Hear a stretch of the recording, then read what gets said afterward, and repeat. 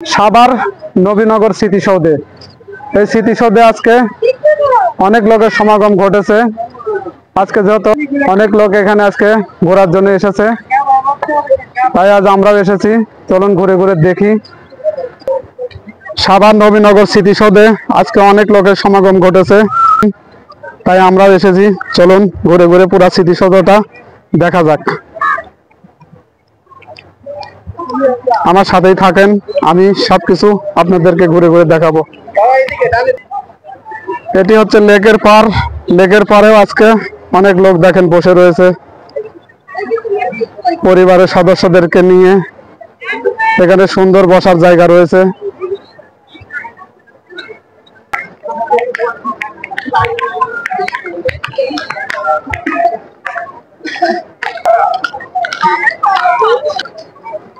অনেক জায়গা জুড়ে এই স্মৃতিসৌধের অবস্থান। বিশাল বড় জায়গা নিয়ে এই স্মৃতিসৌধ এখানে দাঁড়িয়ে রয়েছে।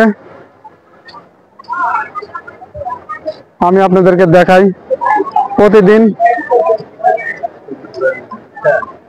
প্রতিদিন এখানে অনেক লোকের সমাগম ঘটে।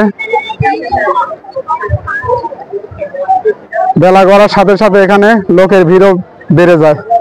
দেখেন আস্তে আস্তে অনেক লোক এখানে আসতেছে। যত বেলা গড়াবে ততই লোকের সমাগম বাড়বে। আজ আমরা একদম স্মৃতিসৌধের একবারে ভিতরে চলে যাব। ভিতরটা কেমন আমি আপনাদেরকে দেখাবো। আপনারা ততক্ষণ আমার সঙ্গেই থাকেন।